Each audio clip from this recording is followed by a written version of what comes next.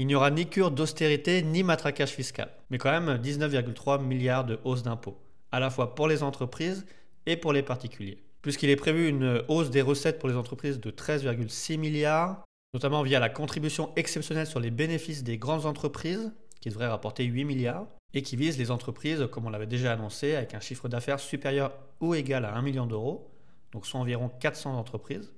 et qui s'appliquera sur les bénéfices réalisés sur les années 2024 et 2025, avec une contribution supplémentaire de 20,6% de l'impôt sur les sociétés dû sur 2024 et 41,2% pour celles qui atteignent au moins 3 milliards de chiffre d'affaires. Donc, ce qui devrait faire passer leur taux d'imposition de 25% à 30 voire 36% d'impôt sur les sociétés. Ensuite, ce qui devrait rapporter le plus, c'est le versement d'un dividende via EDF, plus la suspension de la baisse qui était prévue pour la CVAE, puisqu'on savait que par principe on devait avoir une suppression à partir de 2027. Également la mise en place d'une taxe exceptionnelle sur le transport maritime, puisqu'on vise une taxe exceptionnelle sur les grandes entreprises de transport maritime, sur le fret maritime, et avec une taxe à un taux de 9%, puis 5,5% sur la part de résultats d'exploitation correspondant aux opérations de fret maritime. Et enfin également une taxe spécifique sur le rachat d'actions, qui là vise à arrêter certaines pratiques fiscales et à instaurer une taxe de 8% sur le montant de la réduction de capital résultant de l'annulation des actions rachetées. Il y aura également une augmentation d'impôts au titre du verdissement de la fiscalité via des malus automobiles et des mesures par amendement type augmentation des taxes sur les billets d'avion, énergie fossile. Mais bien sûr, on aura également une augmentation des impôts pour les particuliers, notamment via ce qui était déjà annoncé, la contribution différentielle temporaire sur les très hauts revenus, donc très joli nom d'impôt, qui permettra finalement de faire contribuer les personnes dites les plus riches qui sont déjà soumises à la contribution exceptionnelle sur les hauts revenus, donc qui ont un revenu fiscal de référence qui dépasse 250 000 euros pour un célibataire ou 500 000 euros pour un couple. Et dans ce cas-là, il y aurait un taux minimum d'imposition qui serait un taux moyen minimum de 20% et qui serait appliqué sur 3 ans. Et en complément, ce qui était aussi annoncé depuis très longtemps, la suppression de la niche fiscale à l'impôt sur le revenu pour les loueurs meublés, donc qui devrait concerner les cessions pour les loueurs meublés non professionnels, qui devrait s'appliquer sur les plus-values de cession des meublés touristiques, notamment pour mettre fin à la niche fiscale Airbnb.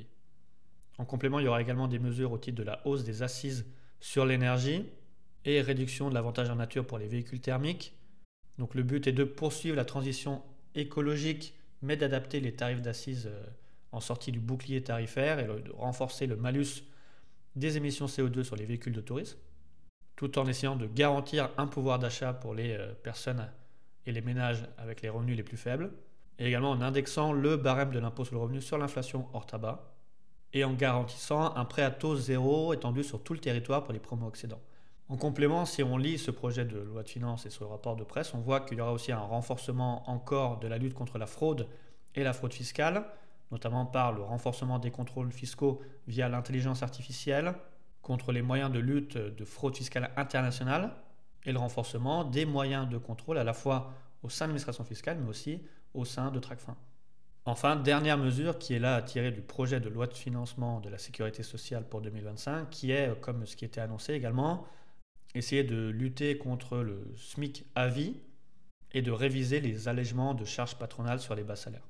qui devrait se faire en 2 étapes sur 2025 et 2026 pour venir réduire les exonérations qui s'appliquent sur les bas salaires. Et en complément, il est également indiqué que la prime de partage de valeur versée aux salariés sera également prise en compte dans l'assiette qui permet de calculer le volume d'allègement. En sachant que la plupart des mesures vont s'appliquer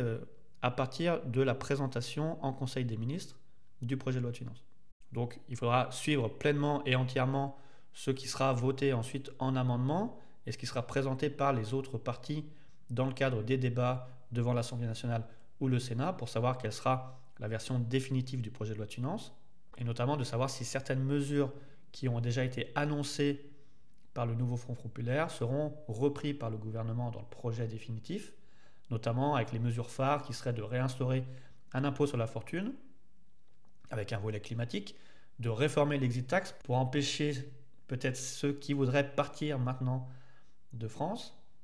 et également de supprimer la flat tax en tant que telle pour revenir au barème progressif de l'impôt.